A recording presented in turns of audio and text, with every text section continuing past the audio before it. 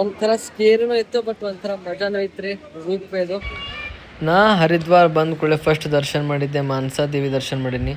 ಇಲ್ಲಿ ಸತೀದೇವಿ ಹಣೆಯ ಭಾಗ ಬಿದ್ದಿದಂತಂದು ಜನ ಇಲ್ಲಿ ಹೇಳ್ತಾರೆ. ಸೊ ಅಲ್ಲಿಗೆ ಹೋಗ್ಬೇಕಂತಂದ್ರೆ ರೂಫ್ ವೇ ಅದ ಅವೈಲೇಬಲ್ ಅದ ಇಲ್ಲಿ. ಆಲ್ಮೋಸ್ಟ್ ನಾವು ಅದ್ರಾಗೆ ಜರ್ನಿ ಮಾಡ್ಬೋದು.